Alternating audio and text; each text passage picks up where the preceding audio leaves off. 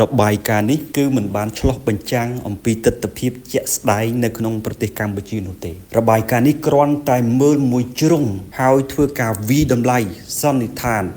និងវិប្រហារចោតប្រកាន់បន្តោសបង្អាប់មកលើរដ្ឋាភិបាលកម្ពុជាដែលដឹកនាំដោយគណៈបកប្រជាជនកម្ពុជាតែម្ដងហើយនិយាយជារួមគឺបន្តោសបង្អាប់មកលើកម្ពុជារបស់យើងមិនពិបាកមើលទៅលើចេតនានៃរបាយការណ៍នេះទេតើរបាយការណ៍នេះទទួលបានលុយដែលឲ្យធ្វើរបាយការណ៍នឹងមកពីណាបើយើងមើលលើរបាយការណ៍នេះយើងអាចដឹងបានបាត់ទៅហើយថារបាយការណ៍នេះមានប្រភពមកពីណាអញ្ចឹងចេតនាបន្តោសបង្អាប់ជាចេតនា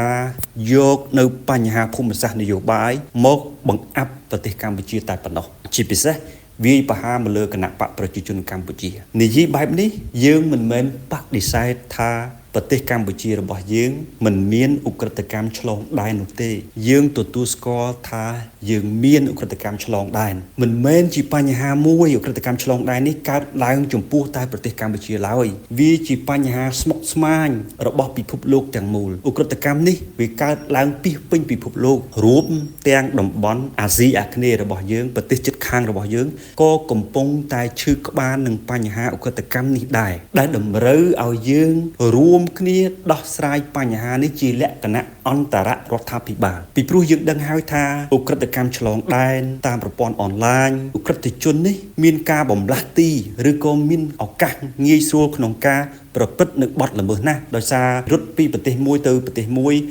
ឬក៏ការប្រើប្រព័ន្ធបច្ចេកវិទ្យាដូច្នេះវាតម្រូវឲ្យសហការគ្នាហើយកម្ពុជាទៀតសោតជាប្រទេសមួយដែលរងគ្រោះដោយសារឧក្រិដ្ឋកម្មឆ្លងដែននេះទេដែលកើតចេញពីការបង្កផ្សេងកើតឡើងមកលើកម្ពុជារបស់យើងចុះហេតុអ្វីបានជាគេមិននិយាយពីបញ្ហានេះនៅក្នុងប្រទេសដទៃដែលកំពុងកើតមានឡើងផងដូច្នេះយើងអាចមើលទៅលើចេតនាពិតប្រាកដនៃរបាយការណ៍នេះក្នុងរូបភាពបែបណាពីព្រោះយើងបានឃើញហើយរបាយការណ៍ចោទថារដ្ឋាភិបាលដឹកនាំដោយគណៈបកប្រជាជនកម្ពុជាគឺបណ្តែតបណ្ដោយបើកដៃតើបើកដៃមែនឬក៏យ៉ាងណាយើងមើលទស្សនវិជ្ជារដ្ឋាភិបាលកម្ពុជាតាំងពីការដឹកនាំរបស់សម្ដេចតេជោនៅជានាយករដ្ឋមន្ត្រីបន្តដោយសម្ដេចធិបតីហ៊ុនម៉ាណែតបានបន្តខិតខំប្រឹងប្រែងក្នុងការប្រឆាំងទៅនឹងអ ក្រិតកម្មនេះយ៉ាងសម្បើមយ៉ាងសកម្មរហូតដល់រដ្ឋាភិបាលអាណត្តិទី7នេះបង្កើតគណៈកម្មការក្នុងការប្រឆាំងទៅនឹងអ ក្រិតកម្មឆ្លងដែននេះទៀតដែលមាននាយករដ្ឋមន្ត្រីសម្ដេចធិបតីជាអ្នកដឹកនាំបញ្ជីផ្ទាល់ជាប្រធានផ្ទាល់ដូច្នេះតើរដ្ឋាភិបាលដែលដឹកនាំដោយគណៈបកប្រជាជនកម្ពុជានឹងគេមិនមានទំនួលខុសត្រូវចំពោះ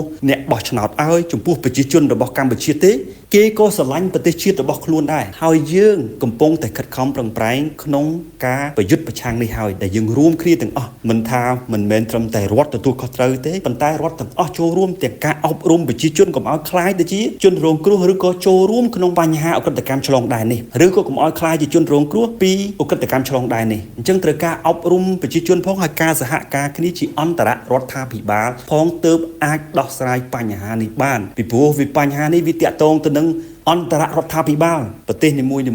ធ្វើដាច់ដោយឡែកតែខ្លួនឯងម្នាក់ឯងគឺមិនអាចទៅរួចទេវាទាមទារនឹងការចូលរួមទាំងអស់